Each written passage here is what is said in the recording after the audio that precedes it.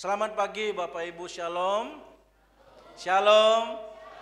Ya, ini bukan hari Minggu, kita ini hari Kamis. Kita berkumpul hari ini dalam rangka peringatan Tuhan Yesus yang sudah naik ke sorga bagi kita semua. Saudara-saudara yang dikasihi Tuhan, memang di dalam Alkitab ada dua terminologi, ada dua istilah. Sebenarnya saya sudah sampaikan ini tahun yang lalu, tapi tidak apa-apa saya mengulang menyampaikan bagian yang penting ini, sebab hari-hari ini kekristenan ini diserang dari mana-mana.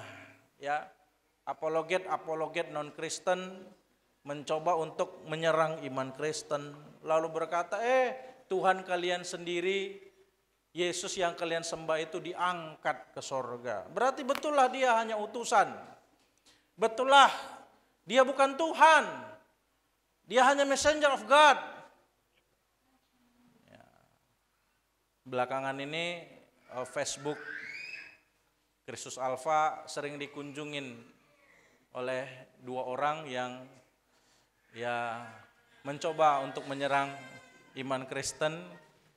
Ya, tapi kita biarin aja komentar-komentar seperti itu, toh kita juga menjawab di sosial media supaya juga jemaat-jemaat bisa mendapat edukasi. Kadang-kadang perlu orang-orang bertanya supaya kita juga punya pemahaman, punya iman yang benar akan apa yang kita mengerti, apa yang kita pahami, dan apa yang kita pelajari. Seri kenaikan 2025.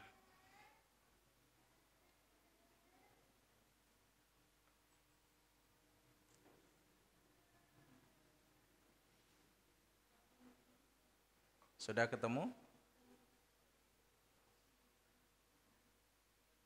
Seri K. Pelan-pelan aja. Tadi saya lupa buka Bapak Ibu, kita tunggu sebentar ya. Ya. Di dalam Markus pasal yang ke-16, silakan ditampilkan ayat yang ke-19. Di dalam Lukas pasal 24 ayat 51. Dan di dalam Kisah Rasul pasal yang pertama, ayat yang ke-11 dan ayat yang ke-22 dipakai istilah Yesus terangkat ke sorga.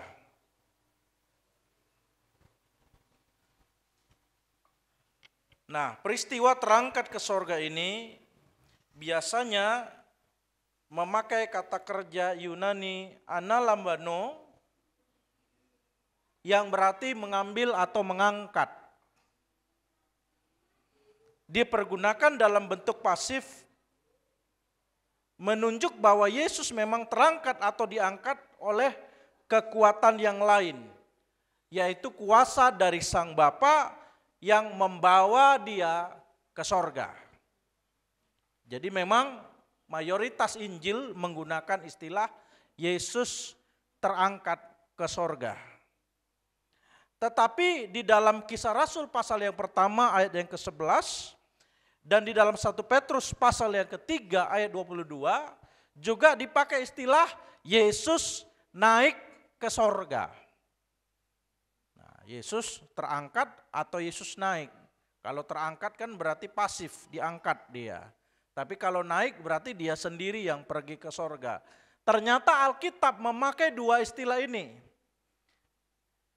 Ya, kadang Alkitab memakai Yesus terangkat ke sorga, tapi juga di dalam ayat-ayat yang lain juga dipakai istilah Yesus naik ke sorga. Naik ke sorga itu menggunakan kata kerja Yunani yang berarti pergi ke atas dan berbentuk pasif deponen. Pasif deponen itu begini, kata kerjanya pasif tapi artinya aktif. Jadi Yesus naik ke sorga, meskipun secara pasif dia diangkat oleh kekuatan Sang Bapa, tapi Yesus sendiri masih merupakan pelaku aktif dari kenaikannya ke sorga. Jadi yang memutuskan kapan dia naik ke sorga, Yesus. Jadi dia tidak diangkat serta-merta oleh Sang Bapa. Yesuslah yang memutuskan kapan dia naik ke sorga. Dialah pelaku dari tindakan naik ke sorga itu. Itu sebabnya ketika dia akan naik ke sorga, dia kumpulkan murid-muridnya di satu bukit yang disebut sebagai Bukit Zaitun. Dia kemudian memberikan perintah kepada mereka, dia memberikan amanat agung kepada mereka, lalu kemudian dia dengan keinginannya sendiri naik ke sorga dengan kuasa dari Sang Bapa.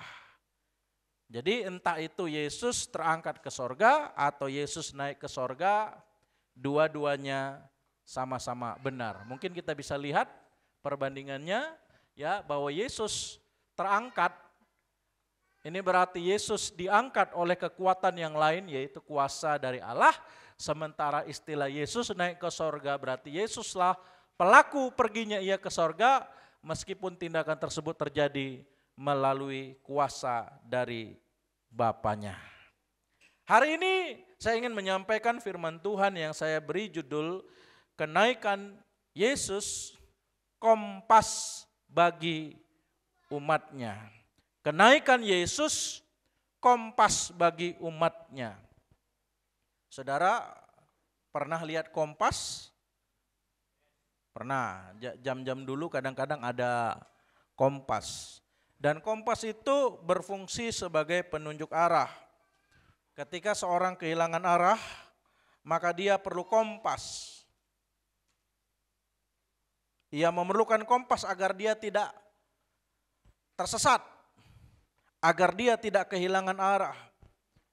Demikian juga dengan gereja. Setelah Yesus naik ke sorga, muncul pertanyaan penting, kemana arah hidup dari umat-umat Tuhan? Kemana umat-umat Tuhan harus mengkiblatkan dirinya? Oke, waktu itu Yesus ada di bumi, orang-orang ikut Yesus, orang-orang dengar Yesus, orang-orang melihat Yesus, belajar dari Yesus.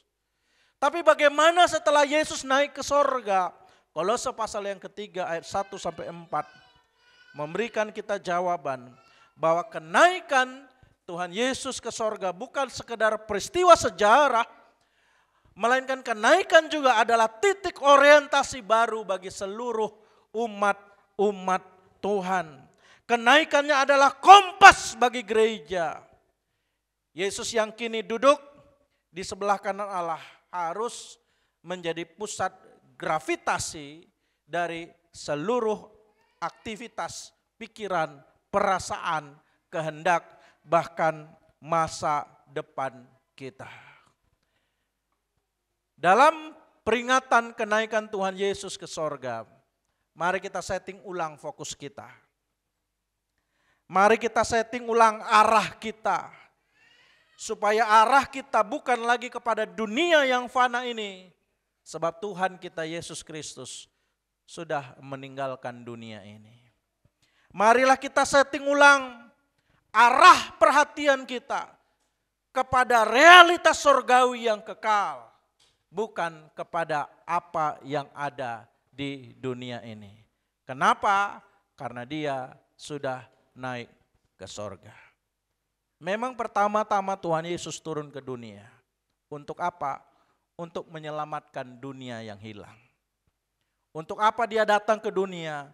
Untuk menyelamatkan manusia yang memang tidak mungkin untuk menyelamatkan dirinya sendiri. Tetapi sesudah dia menebus kita, sesudah dia menyelamatkan kita, sesudah dia membasuh, menyucikan kita dengan darahnya, Yesus memberi arah yang baru kepada kita semua. Rupa-rupanya kenaikannya itu merupakan petunjuk kemana kita harus mengarahkan diri kita. Mari kita akan membaca firman Tuhan di dalam Kolose pasal yang ketiga. Saya undang kita semua bangkit berdiri. 4 ayat kita baca. Kolose pasal yang ketiga ayat yang pertama sampai ayat yang keempat. Mari semua yang bisa berdiri kita berdiri. Kolose pasal yang ketiga ayat yang pertama sampai ayat yang keempat. Kita akan membaca 4 ayat ini bersama-sama dalam hitungan yang ketiga. 1, 2, 3. Karena itu, kalau kamu dibangkitkan bersama-sama dengan Kristus, Carilah perkara yang di atas, di mana Kristus ada, duduk di sebelah kanan Allah. Pikirkanlah perkara yang di atas, bukan yang di bumi. Sebab kamu telah mati dan hidupmu tersembunyi bersama dengan Kristus di dalam Allah. Apabila Kristus yang adalah hidup kita menyatakan diri kelak, kamu pun akan menyatakan diri bersama dengan Dia di dalam kemuliaan. Puji Tuhan. Silakan duduk Bapak Ibu, saudara-saudari yang dikasihi Tuhan. Saya bacakan kembali ayat yang pertama dan ayat yang kedua dengan next. Ya. Ini enggak apa ya? Enggak connect ya. Ya. Karena saya baca ayat pertama dan kedua, karena itu kalau kamu dibangkitkan bersama dengan Kristus, carilah perkara yang di atas di mana Kristus ada, duduk di sebelah kanan Allah. Pikirkanlah perkara yang di atas, bukan yang di bumi. Waktu Tuhan Yesus naik ke sorga, Dia memberikan 3 arah yang penting yang kepadanya kita harus menunjukkan diri. Kepadanya kita harus mengarahkan diri. Supaya kita tidak tersesat dalam perjalanan kita menumpang di dunia ini. 3 hal penting itu, yang pertama, fokus hidup.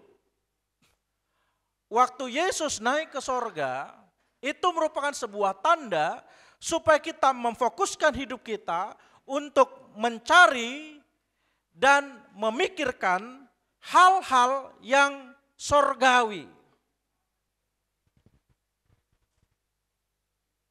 Kenapa? Karena Yesus kita ada di sorga, bukan di bumi.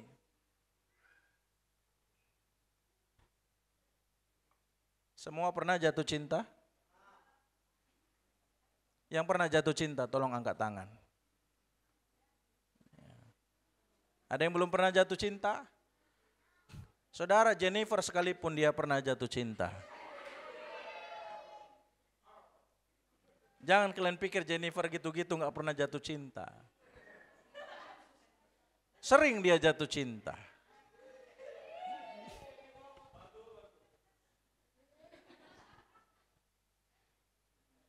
Dan yang tertarik sama Jennifer boleh bisik-bisik sama saya. Ya.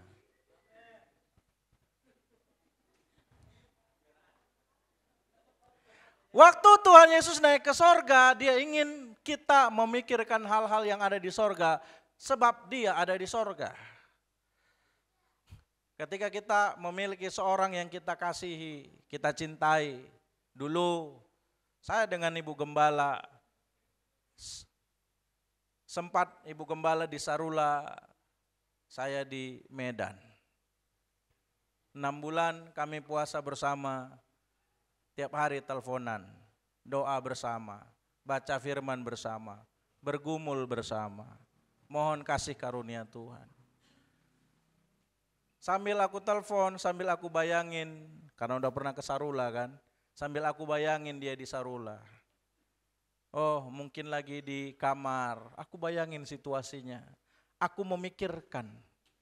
Kenapa? Karena kekasihku itu ada di Sarula. Kemarin waktu acara duka, ya, seminggu Ibu Gembala tinggal di Sarula. Saya dengan siapa waktu itu sudah balik ke Medan. Tapi hatiku, pikiranku tertuju ke Sarula. Kenapa? Karena yang kucintai dan kukasihi ada di Sarula. Kita hidup di tengah-tengah dunia yang sibuk membangun masa depan. Bekerja keras supaya ada rumah, enggak salah. Bekerja keras supaya usaha maju, enggak salah. Bekerja keras supaya jabatan, supaya karir meningkat, enggak salah. Bahkan ada orang-orang yang berjuang demi prestis, demi kebanggaan. Tapi biarlah kenaikan Tuhan Yesus ke sorga menggeser fokus kita dari bumi ke sorga.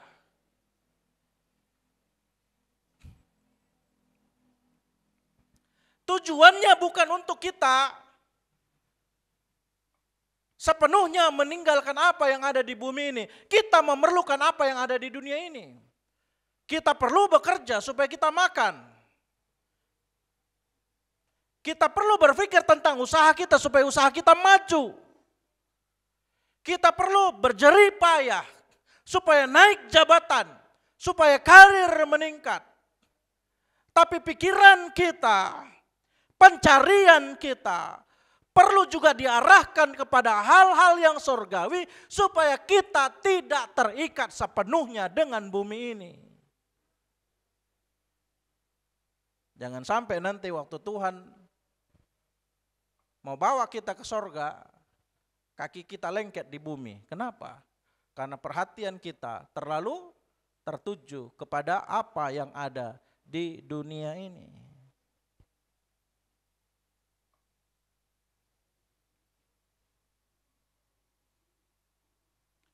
Mari kita perhatikan ayat pertama dan kedua dalam versi FAYH. Bagus sekali kalimatnya. Karena dapat dikatakan bahwa saudara hidup kembali ketika Kristus bangkit dari antara orang mati. Maka sekarang kita sudah dikasih hidup yang baru. Kita tidak lagi diikat oleh dosa. Kita sudah dibebaskan. Maka sekarang arahkanlah pandangan saudara kepada harta kekayaan dan sukacita di sorga. Di mana Kristus duduk di sebelah kanan Allah, di tempat kemuliaan dan kekuasaan. Ayat yang kedua, biarlah surga memenuhi pikiran saudara, jangan selalu memikirkan hal-hal dunia. Yuk kita baca ayat ini bersama-sama dalam versi FAYH. Ayat yang kedua, 3 ya, biarlah surga memenuhi pikiran saudara, jangan selalu memikirkan hal-hal dunia. Saudara kita ganti dengan ku. Sekali lagi, 3 ya, biarlah surga memenuhi pikiranku supaya jangan selalu memikirkan hal-hal dunia. Jangan mikirnya cuan terus, cuan terus, cuan terus. Memang butuh cuan. Memang butuh uang, tapi kita tidak boleh terikat kepada apa yang ada di dunia ini. Kenaikan Yesus bukan hanya menandai akhir dari pelayanannya di bumi, tetapi kenaikannya juga menggeser fokus gereja dari bumi ke sorga. Yesus naik, maka gereja pun harus mulai meninggikan pandangannya. Pandanglah kepada apa yang ada di atas, bukan yang di bumi. Kalau selama ini kita terus mengarahkan pandangan kita kepada hal-hal yang rendah, kepada apa yang ada di dunia ini, kepada hawa nafsu, kepada kecemaran, kepada kesombongan. Waktu Yesus naik dan dalam peringatan kenaikan ini, pesan firman Tuhan datang kepada kita, supaya kita mulai meninggikan pandangan kita, mulai memperhatikan hal-hal yang surgawi. Bukan untuk mengabaikan dunia sama sekali, tetapi agar kita tidak benar-benar terikat kepada dunia ini. Sebab bagaimanapun hidup kita di dunia ini hanya menumpang, hanya sementara saja. Ini bukan pelarian dari dunia. Selama Tuhan masih menempatkan kita di dunia, kita bertanggung jawab untuk bekerja keras, untuk bekerja, untuk mencari nafkah. Ini bukan pelarian dari tanggung jawab kita yang ada di dunia. Selama ada di dunia, seorang ayah harus sekolahkan anaknya.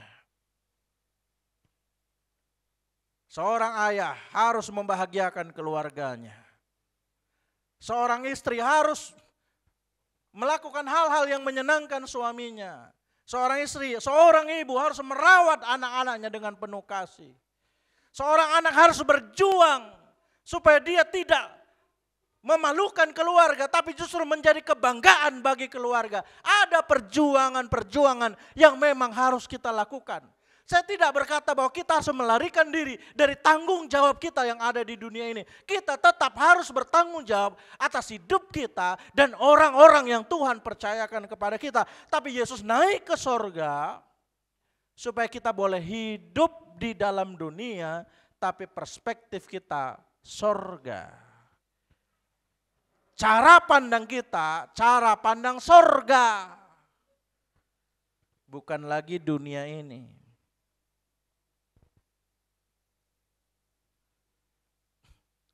Puji Tuhan, salah satu dari anak kita, pemuda kita Biel, sudah lulus.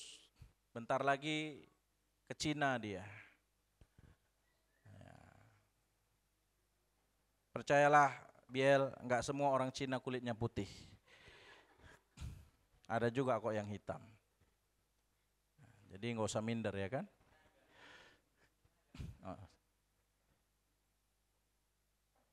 Bagaimanapun Biel ketika dia akan pergi ke Cina, maka dia harus mulai mengarahkan pandangannya dan perhatiannya, usahanya, bagaimana dia kelak akan hidup di China. Ya kan? Mulai deg-degan, setidaknya mulai mikir gimana ya nanti bahasa Cina aku sulit nggak pelajari ya gitu.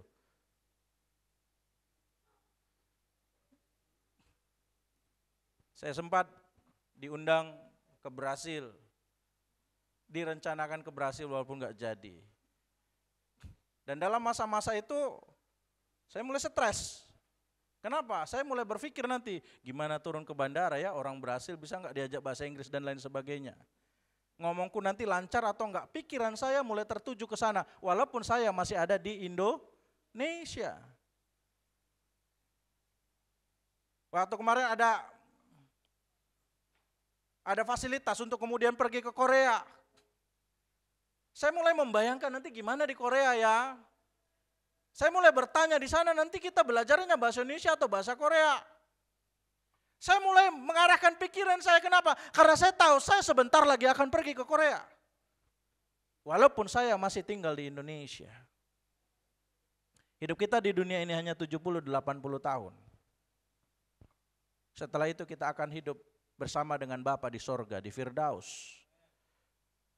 Kalau begitu, aneh rasanya kalau selama di dunia ini kita sama sekali tidak memikirkan tempat tujuan akhir kita.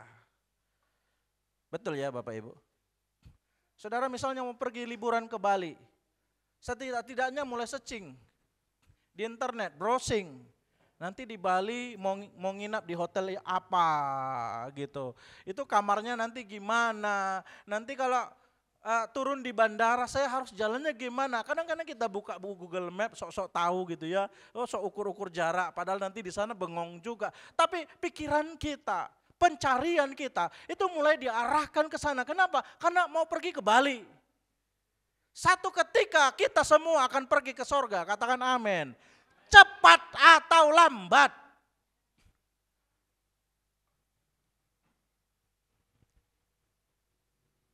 Maka jangan sampai abai untuk memikirkan hal-hal surgawi. Kita di dunia ini sementara saja. Kita di dunia ini sebentar saja. Karena kecelakaan orang bisa mati. Karena penyakit orang bisa mati. Tidur nyenyak pun bisa mati. Enak-enak, gak ada sakit. Bangun-bangun udah beda pemandangannya. Ingatlah saudara, nyawa yang ada di tubuh kita tidak akan selama-lamanya berdiam di dalam diri kita. Maka selama kita menumpang di dunia ini, mulailah lebih banyak untuk memikirkan tujuan akhir kita.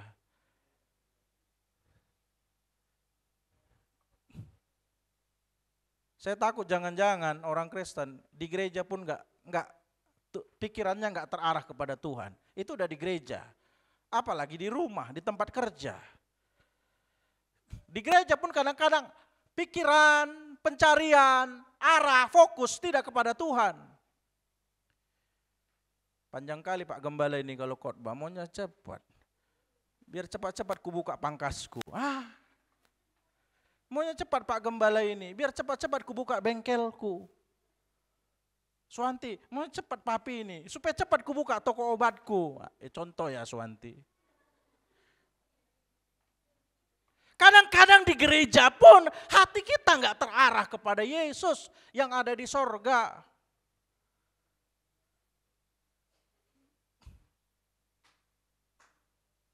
Yesus naik ke sorga, itu kompas, itu petunjuk bahwa kita sudah harus mulai mengurangi perhatian kita kepada dunia dan mulai mengarahkan perhatian kita kepada Yesus dan hal-hal yang bernilai kekal yang ada di sorga.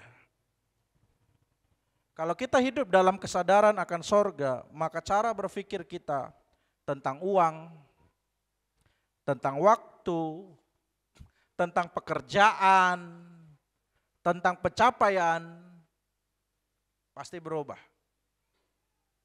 Oke, waktu masih muda, pengenlah S1, pengenlah S2, pengenlah S3. Untuk apa? Supaya panjang gelarku, supaya nanti Pak Doktor. Wah. Tapi ketika perspektif kita mulai ke sorga, aku sendiri mulai pikir, ngapain dokter-dokter itu? Selain ilmu yang saya dapat, yang saya pelajari untuk bisa dibagi kepada jemaat dan orang-orang dilayani. Pada akhirnya untuk apa gelar itu?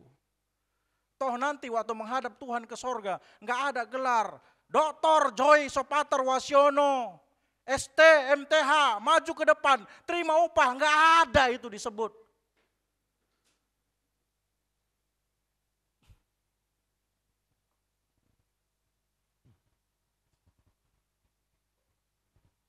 Apa yang kita mau capai di dunia ini?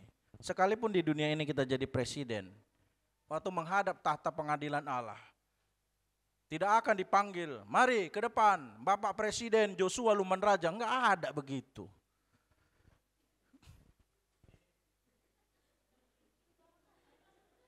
Mau jadi presiden Pak?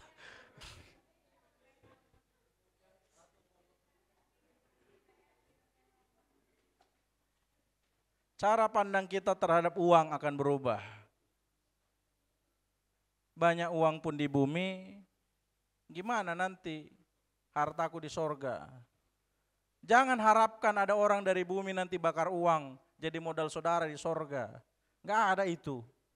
Yesus berkata apa? Kumpulkanlah hartamu di sorga. Cara pikir kita terhadap waktu, cara pikir kita terhadap pekerjaan kita pasti akan berubah kalau fokus kita mulai kita arahkan kepada hal-hal yang bernilai kekal. Iblis mencoba menipu kita dan mulai menukar hal-hal yang bernilai kekal dengan hal-hal yang bernilai fana. Kita mulai menganggap hal-hal yang bernilai fana sebagai yang paling berharga, lalu kita mulai menganggap hal-hal yang bernilai kekal sebagai hal-hal yang kurang berharga. Maka prioritas kita menjadi apa yang fana, yang pada akhirnya binasa, yang pada akhirnya tidak akan kita bawa, yang pada akhirnya akan kita tinggalkan.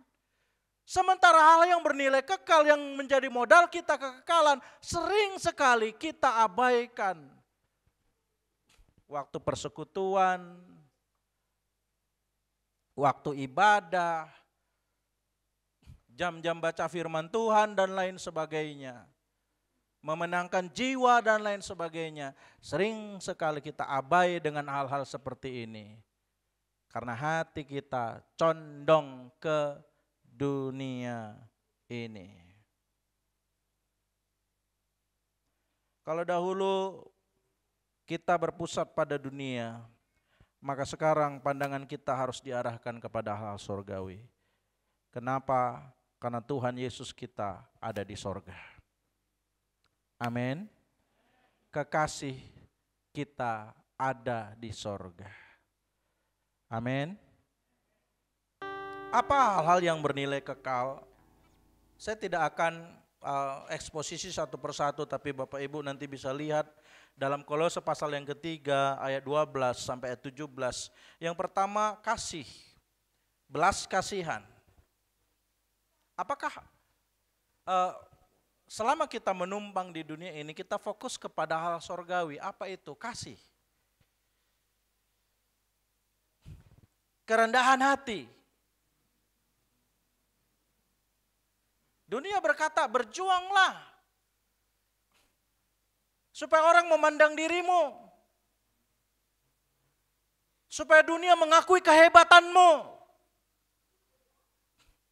Supaya dunia tahu betapa engkau hebat, betapa engkau mampu, betapa engkau bisa melakukan banyak hal. Firman Tuhan berkata, rendahkan dirimu di tangan Tuhan yang kuat.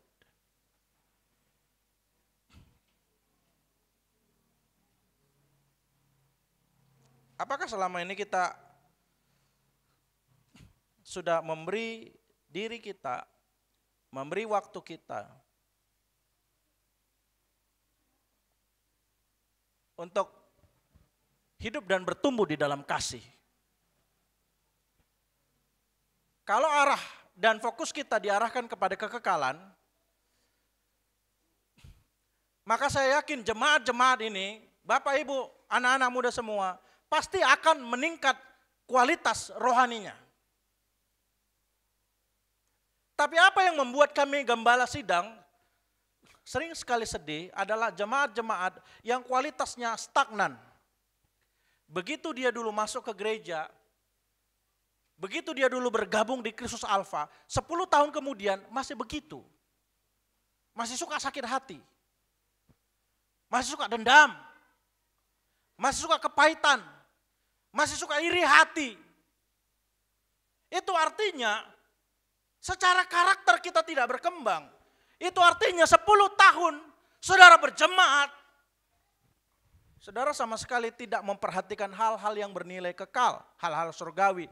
Oke berjemaat, oke ikut Tuhan, oke ke gereja, tapi perhatian, fokus hidup selalu dunia.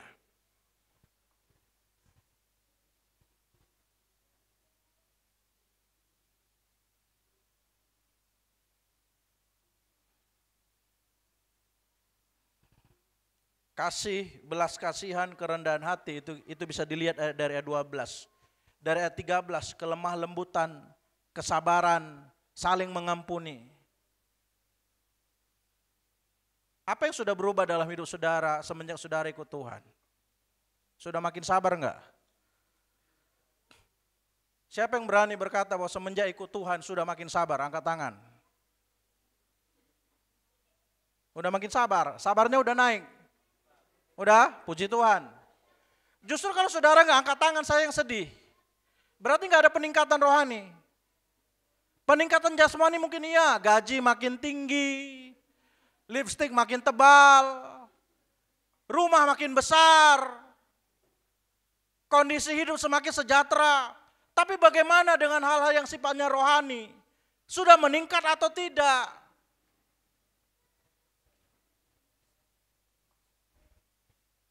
Semenjak bergabung di Kristus Alfa, masih gampang marah enggak? Iya enggak apa-apa, sekali-sekali masih terpancing marah. Tapi kalau masih gampang marah, berarti enggak ada perkembangan.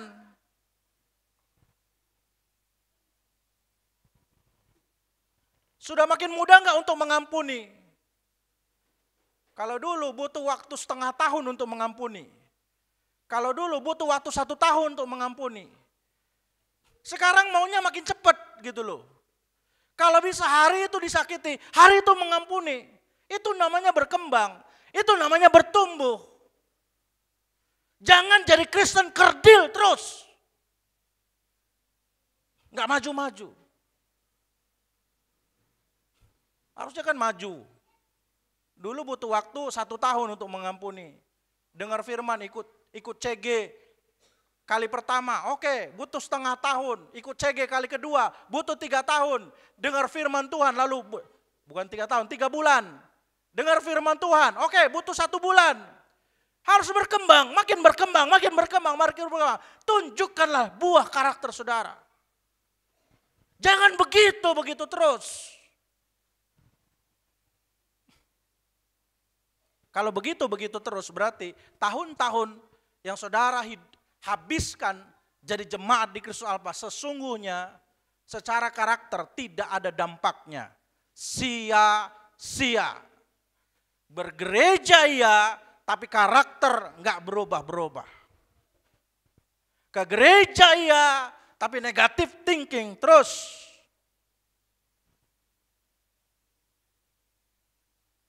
Hal-hal yang bernilai kekal, hal-hal surgawi.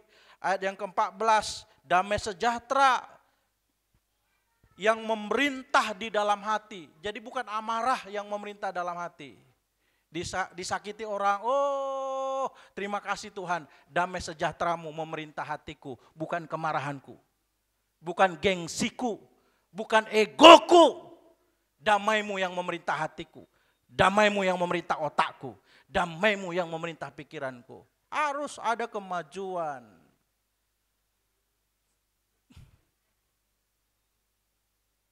Anak kami paling kecil, Josefa. Saya melihat kemajuan. Dari nggak bisa bicara jadi ada, itu kemajuan.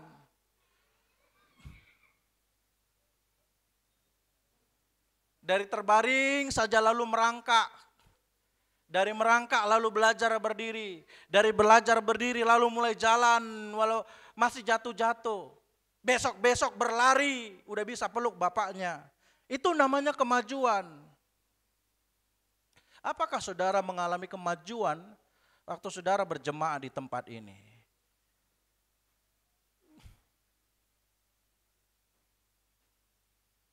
Sebagai orang Kristen kita perlu menunjukkan buah kita. Amin. Amin. Orang Kristen harus berbuah. Ya, itu keharusan, bukan pilihan. Orang Kristen harus menghasilkan buah. Karakter harus berubah. Cara berpikir harus berubah.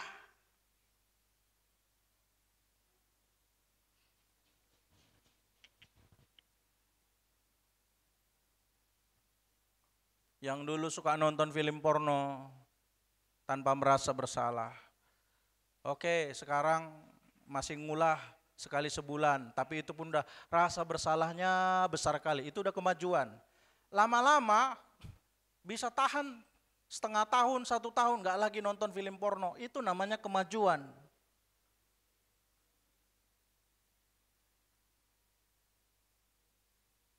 Dari yang suka khawatir, gimana nanti ya nggak cukup, gimana nanti ya nggak cukup, gimana nanti ya nggak cukup. Khawatirnya itu mulai hilang. Kenapa? Tuhanku di sorga kaya kok. Itu kalau pikiran diarahkan ke Tuhan. Bapakku di sorga itu baik kok.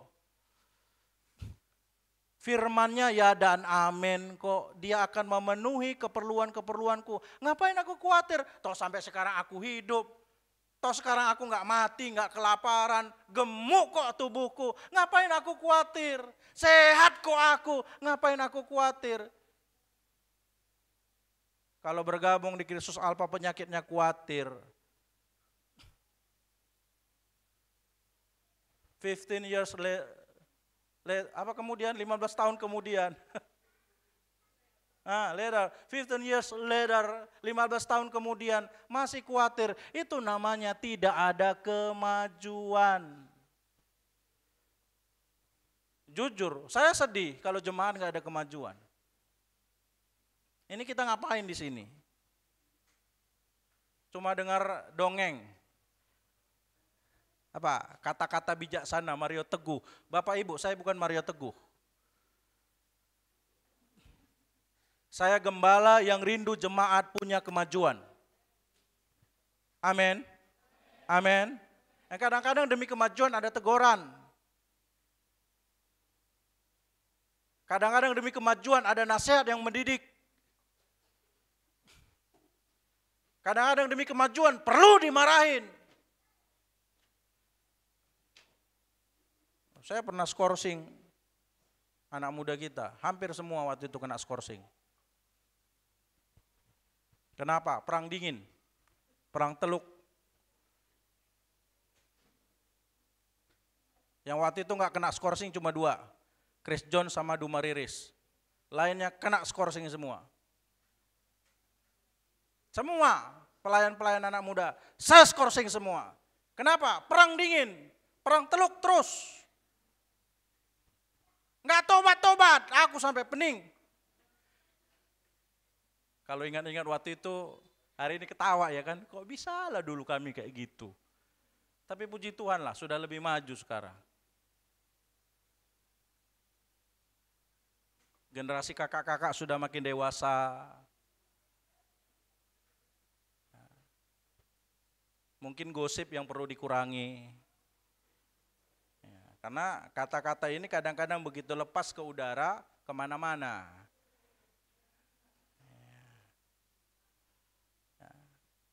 Saya rindu kemajuan ada di dalam pernikahan-pernikahan jemaat. Yesus saja udah maju. Udah naik ke sorga kan?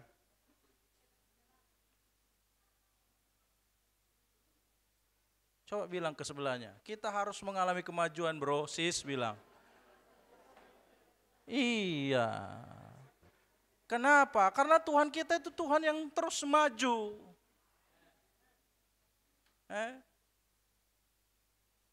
Jangan sombongnya yang makin maju. Perut makin maju, oke lah. Sombongnya makin maju. Keras hatinya makin maju. Iri hatinya makin maju. Memberontaknya makin maju. Enggak hormatnya makin maju. Tapi hal-hal surgawinya makin mundur. Itu namanya bukan kemajuan. Yesusmu sudah di sorga. Hei!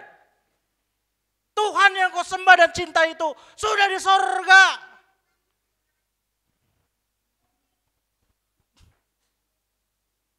Maka pencarian kita, gimana ya caranya supaya aku makin sabar?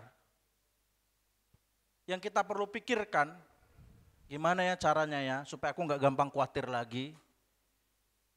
Itu yang perlu kita pikirkan. Jangan gimana ya supaya makin banyak uangku ini, kubungakan aja lah, mundur itu namanya. Mikirnya cuma uang aja.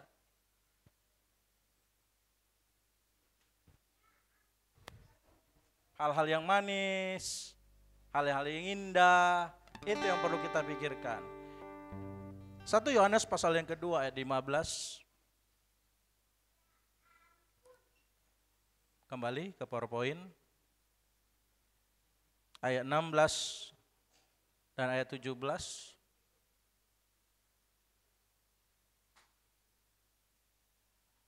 Mari kita baca Bapak Ibu. Saya undang kita semua bangkit berdiri. Saya akhiri firman Tuhan sampai di sini. Poin 2, poin 3 nanti hari Minggu aja. Nanti kepanjangan saya. Mari kita baca. 15, 16, 17.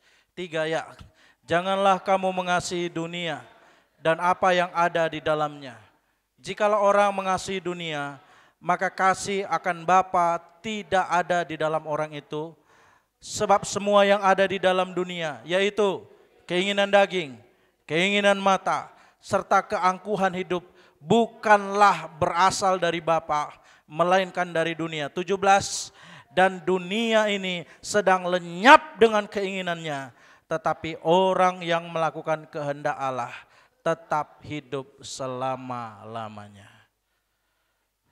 Hal yang pertama dan satu-satunya saya sampaikan hari ini, Yesus naik ke sorga, maka fokus hidup kita juga mulai arahkan ke sorga. Alamilah kemajuan-kemajuan rohani. Sebab Tuhan kita juga sudah maju dari bumi ke sorga. Tuhan yang kita sembah yang jadi teladan kita itu sudah maju, sudah naik dari bumi ke sorga.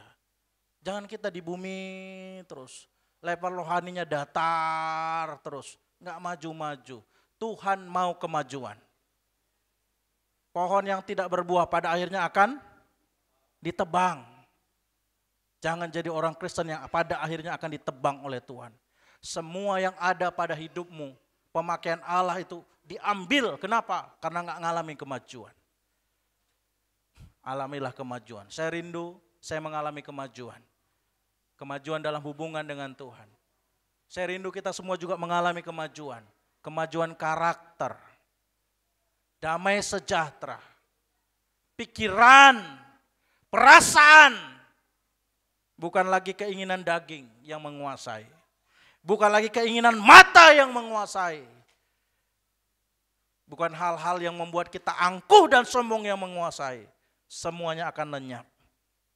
Tetapi orang yang mencari Tuhan, mencari kehendak Allah, akan hidup selama-lamanya. Main bang, kita nyanyi mataku tertuju kepadamu, tetap berdiri.